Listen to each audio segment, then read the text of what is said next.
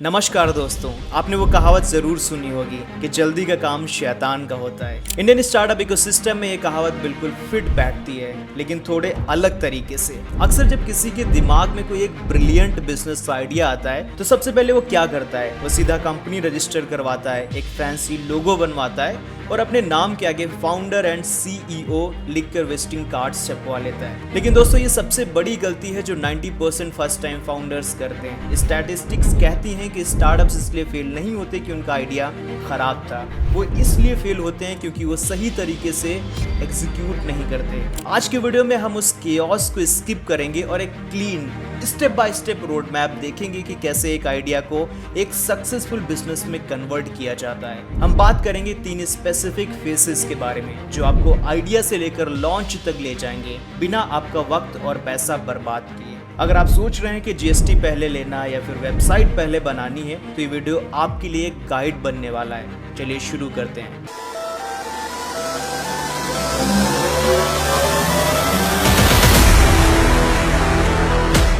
सबसे पहले आता है फेस 1, जिसे हम कहते हैं फाउंडेशनल स्ट्रेटजी। और ये फेस डिसाइड करता है कि आपका स्टार्टअप, आपका बिजनेस चलेगा भी या नहीं चलेगा। इस फेस में आपको लगभग 3 to 5 वीक्स देने चाहिए। देखिए, कंपनी रजिस्टर करने की जल्दी मत कीजिए। सबसे पहला स्टेप है अपने बिजनेस आइडिया को वैलिडेट करना। बहुत से फाउंडर्स अपने कमरे में बंद होकर महीनों तक प्रोडक्ट बनाते रहते हैं, ये सोचकर कि दुनिया उनका प्रोडक्ट हाथों हाथ ले लेगी। लेकिन सच्चाई ये है कि आपको गेस नहीं करना है, आपको प्रूफ चाहिए। बाहर निकलिए और कम से कम 50 पोटेंशियल कस्टमर से बात कीजिए। उनसे ये मत पूछिए कि मेरा आइडिया कैसा है, क्योंकि वो आपका दिल रखने के लिए अच्छा है बोल देंगे, बल्कि उनसे उनकी प्रॉब्लम्स के बारे में डिस्कस करिए। उनसे पूछिए कि क्या वो इस प्रॉब्लम को सॉल्व करने के लिए आज पैसा देने को रेडी है भी या नहीं। आपका टारगेट होना चाहिए कम से कम 5 पेइंग कस्टमर्स या कंफर्म्ड ऑर्डर्स लाना बिना प्रोडक्ट बनाए। अगर लोग पैसा देने को तैयार नहीं है तो फिर वो बिजनेस आइडिया नहीं है, वो सिर्फ एक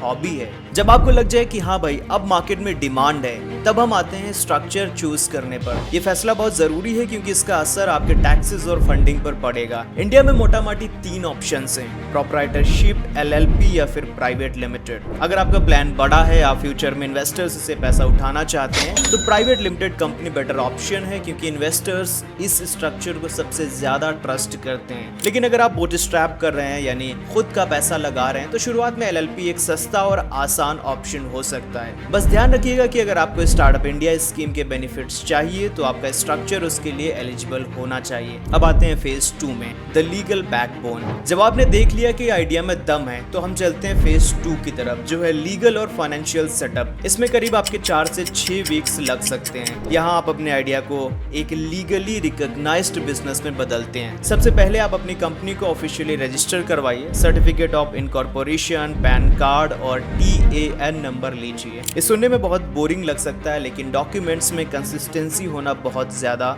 जरूरी है, ताकि कल को जब आप एक बैंक अकाउंट अपना खुलवाएं तो वहां पर आपको कोई दिक्कत नहीं आए। अगर आप एलिजिबल हैं तो DPIIT रिकॉग्निशन के लिए भी अप्लाई कर दीजिए, इससे टैक्स बेनिफिट्स मिलने में आसानी होती है। इसी फेज में एक और बहुत क्रिटिकल चीज आती है जिसे अक्सर फाउंडर्स इग्नोर कर देते हैं, और वो है फाउंडर्स एग्रीमेंट। इमेजिन कीजिए आप और आपके दोस्त ने बड़े जोश में कंपनी शुरू की, लेकिन 1 साल बाद किसी बात पर झगड़ा हो गया और वो अपनी हिस्सेदारी मांगने लगा, जबकि काम उसने कुछ किया ही नहीं। ऐसी सिचुएशन से बचने के लिए शुरू में ही एक रिटन एग्रीमेंट साइन करना जरूरी है। इसमें लिखा होना चाहिए कि किसका क्या रोल होगा, कितनी इक्विटी मिलेगी और सबसे जरूरी वेस्टिंग स्केड्यूल। वेस्टिंग का मतलब है कि शेयर्स एक साथ नहीं मिलते, बल्कि 4 साल के पीरियड में धीरे धीरे मिलते हैं। अगर कोई 1 साल से पहले छोड़कर जाता है तो उसे कुछ नहीं मिलता, इसे क्लिफ पीरियड कहते हैं। ये एक तरह का प्रीनप है जो बाद में होने वाले गंदे झगड़ों से बचाता है। साथ ही इंटेलेक्चुअल प्रॉपर्टी का ध्यान रखें। जो भी काम फाउंडर या एम्प्लॉय कर रहा है वो कंपनी की प्रॉपर्टी होनी चाहिए, किसी इंडिविजुअल की नहीं। अगला स्टेप आता है फाइनेंशियल अकाउंटिंग। अपनी कंपनी के नाम पर एक करंट बैंक अकाउंट खुलवाइए। पर्सनल सेविंग्स अकाउंट यूज करना बंद कर दीजिए बिजनेस के लिए। ऐसे बैंक ढूंढिए जो स्टार्टअप्स के लिए फ्रेंडली हो, जहां मिनिमम बैलेंस की रिक्वायरमेंट कम हो और ट्रांजैक्शन चार्जेस बिल्कुल भी ना हो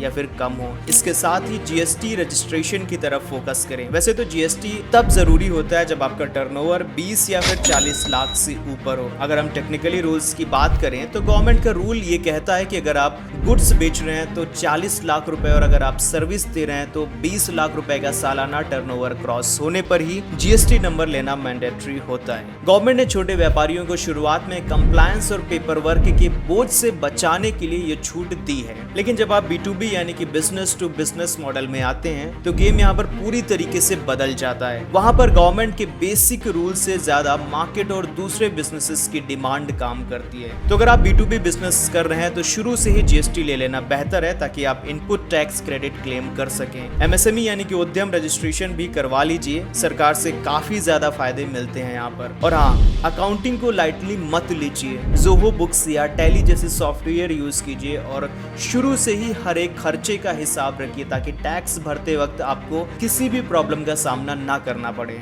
अब आते हैं सबसे एक्साइटिंग पार्ट पर, फेज 3 जो है प्रोडक्ट मार्केटिंग और ग्रोथ। इसमें आपके 6 to 10 वीक्स लगेंगे। यहाँ सबसे बड़ी गलती लोग ये करते हैं कि वो सीधा एक परफेक्ट प्रोडक्ट बनाने लगते हैं। आपको परफेक्ट प्रोडक्ट नहीं बनाना है, आपको बनाना है MVP यानी कि मिनिमम वायबल प्रोडक्ट। सोचिए अगर आपको लोगों को एक जगह से दूसरी जगह पहुंचाना है तो पहले दिन फरारी बनाने की आपको जरूरत नहीं है। पहले एक स्केट बोर्ड या फिर साइकिल बनाइए और देखिए कि लोग उसको कैसे यूज कर रहे हैं, यूज कर भी रहे हैं या फिर नहीं कर रहे हैं। MVP का मतलब है प्रोडक्ट का वो सबसे छोटा वर्जन जो कस्टमर की कोर प्रॉब्लम को सॉल्व करे। इसे मार्केट में लॉन्च कीजिए, फीडबैक लीजिए और फिर इम्प्रूव कीजिए। जब आप प्रोडक्ट बनाने में फोकस कर रहे हो तो साथ ही आपको चाहिए, टीम बिल्डिंग पर भी फोकस करना चाहिए। शुरू में 50 लोगों की टीम बनाने की जरूरत नहीं है, सिर्फ 2 या 3 ऐसे क्रिटिकल लोगों को हायर कीजिए जो या तो प्रोडक्ट क्वालिटी बढ़ा सकें आपकी या फिर रेवेन्यू ला सकें। स्किल के साथ साथ ये भी देखिए कि क्या उनका विजन आपके विजन के साथ अलाइन करता है या फिर नहीं, क्योंकि स्टार्टअप की जर्नी मुश्किल होती है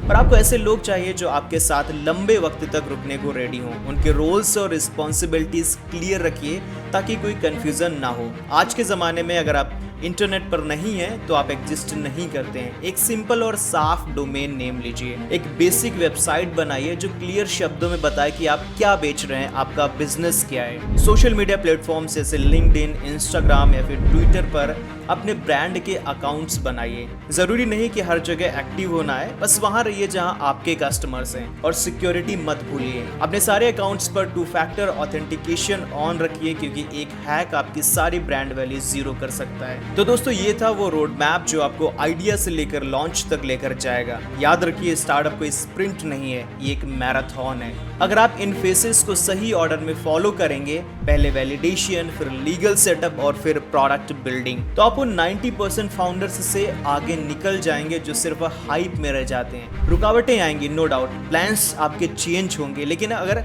आपका फाउंडेशन स्ट्रांग है तो आप हर मुश्किल से निकल जाएंगे। उम्मीद है दोस्तों ये चेकलिस्ट आपको क्लैरिटी देगी। अगर आपको ये ब्रेकडाउन हेल्पफुल लगा तो कमेंट सेक्शन में लिख करके जरूर बताइए कि आप अभी कौन से फेस में हैं, वैलिडेशन, लीगल या फिर प्रोडक्ट बिल्डिंग। और अगर आप चाहते हैं कि मैं किसी स्पेसिफिक पॉइंट पर कोई डीप डाइव वीडियो बनाऊं तो वो कमेंट सेक्शन में लिख करके आप बताइए। वीडियो को लाइक कीजिए, शेयर कीजिए उन दोस्तों के साथ जो अपना बिजनेस शुरू करना चाहते हैं। मिलते हैं अगले वीडियो में, तब तक के लिए शुक्रिया, अलविदा, जय हिंद।